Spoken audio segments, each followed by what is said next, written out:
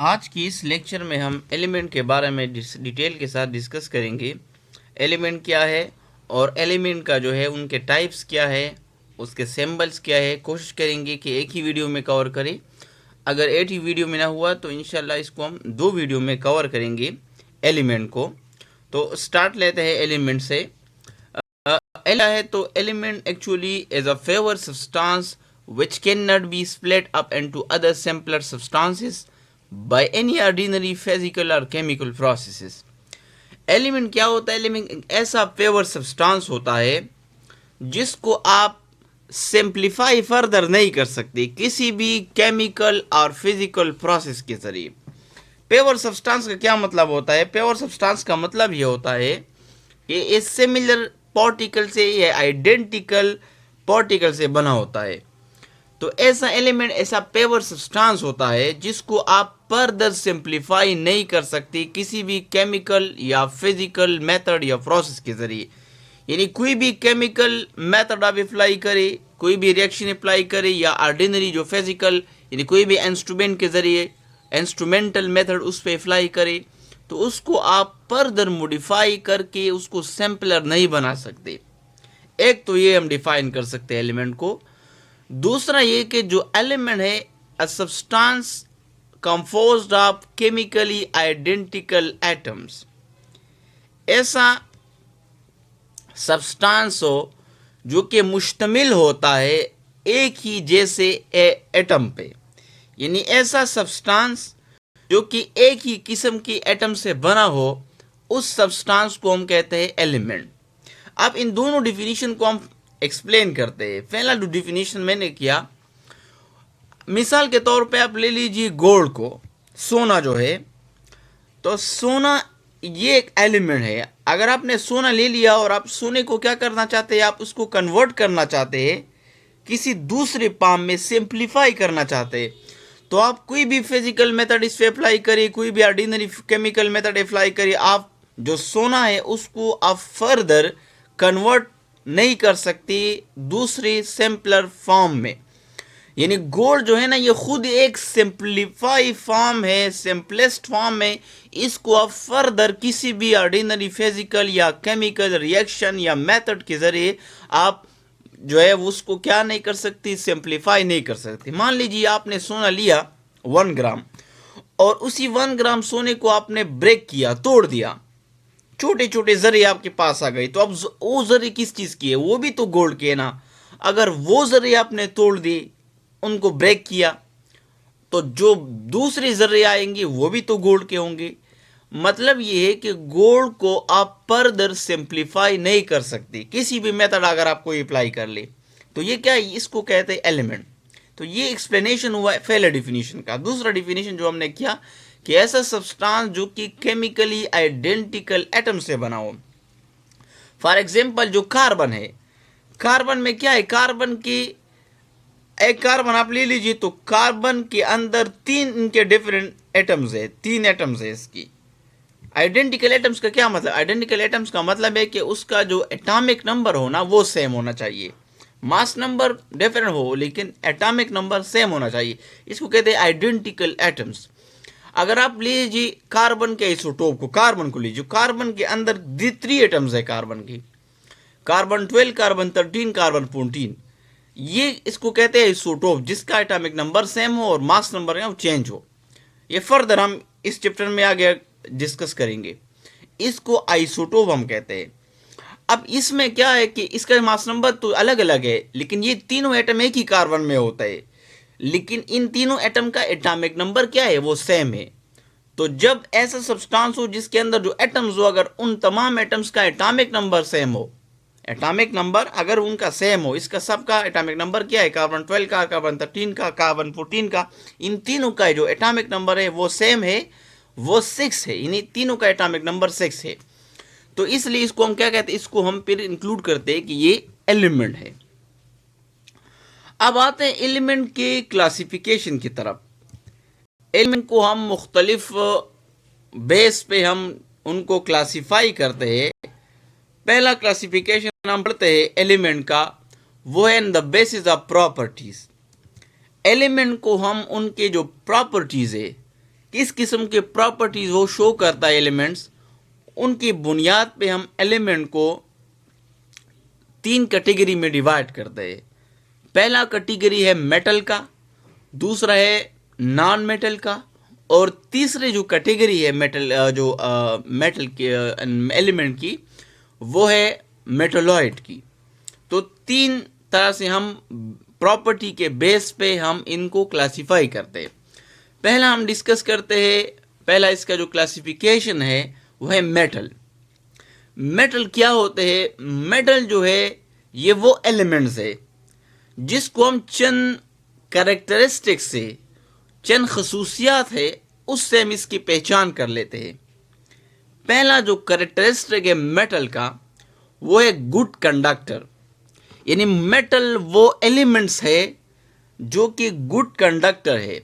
मतलब ये इसका कि इससे जो इलेक्ट्रिसिटी है वो आसानी से पास होती है। यानी अगर हम करंट पास करना चाहिए ऐसे एलिमेंट से, और वो करंट अगर उससे आसानी से पास हो जाता है और जल्दी पास हो जाता है, आसानी से पास हो जाता है, फिर उसको हम कहते हैं गुड कंडक्टर, और उसी को हम क्लासिफाई करते हैं मेटल की कैटेगरी में। तो मेटल क्या चीज़ होते हैं? मेटल गुड कंडक्टर होते हैं। यानी इससे जो इलेक्ट्रिसिटी है, बिजली जो है, जो करंट है, वो आसानी से इससे पास हो जाता है। दूसरा इसका कैरेक्टरिस्टिक है वो है हार्ड सॉलिड। जनरली अगर हम बात कर ले, मेटल ऐसे भी है जो कि सॉफ्ट भी है, जैसे कि सोडियम है, लेकिन जनरली मेटल जो होते हैं ये हार्ड होते हैं सॉलिड फॉर्म में होते हैं, हार्ड सख्त होते हैं। यानी ये तस्वीर आप देखिए तो ये तस्वीर में आपको दिखाई दे रहे हैं कापर, स्टील है, ब्रोंज है, ब्रॉस है, सब के सब मेटल से बने होते हैं। ये क्या, ये सॉलिड फॉर्म में। कापर तो आप लोगों ने देखा होगा, मेटल, ये सारी जितनी चीज़ें आपको नज़र आ रही है इस पिक्चर में, ये मेटल है। तो मेटल मोस्टली जनरली अगर हम बात करें तो मेटल जो है ये सॉलिड फॉर्म में होता है, ये हार्ड होते हैं, सख्त होते हैं। तीसरा कैरेक्टरिस्टिक इसका है शाइनिंग सरफेस, जिसको हम कहते हैं लस्ट्रस होते हैं। यानी इसकी सरफेस को अगर आप देखिए वो शाइनिंग करते हैं, चमकीले होते हैं, चमकते हैं वो। इस तस्वीर को अब अगर आप देखिए तो इसके जो ऊपर के जो सरफेसेस है वो आपको शाइनिंग लस्ट्रस दिखाई देते हैं, चमक उससे उठती है, यानी चमकीले होते हैं। ये तीसरा कैरेक्टरिस्टिक है मेटल का। चौथा कैरेक्टरिस्टिक जो है मेटल का वो है सोनोरस, साउंड प्रोड्यूस्ड। मेटल में एक कैरेक्टरिस्टिक भी है कि जब भी आप किसी चीज़ से उसको हिट करते हैं वो आवाज़ पैदा करता है। ये साउंड प्रोडक्शन की एबिलिटी उसमें होती है। आप लोगों ने देखा होगा पुराने ज़माने के, अगर आप स्कूल देखिए तो उसमें थे जो घंटी होती थी, वो घंटी अगर आप किसी चीज़ के साथ, आप किसी हैमर के साथ, हथौड़े के साथ उसको अगर आप हिट करते तो उससे आवाज़ पैदा हो जाता था। तो वो घंटी किस चीज़ से बनी होती थी? मेटल से, इसलिए वो साउंड प्रोड्यूस करती थी। तो मेटल का जो इम्पोर्टेंट कैरेक्टरिस्टिक है उसमें एक ये भी है कि ये साउंड प्रोड्यूस करता है। 5th नंबर जो कैरेक्टरिस्टिक है मेटल का वो है मेलिएबल। मेलिएबल का मतलब है ड्रॉ इनटू शीट्स।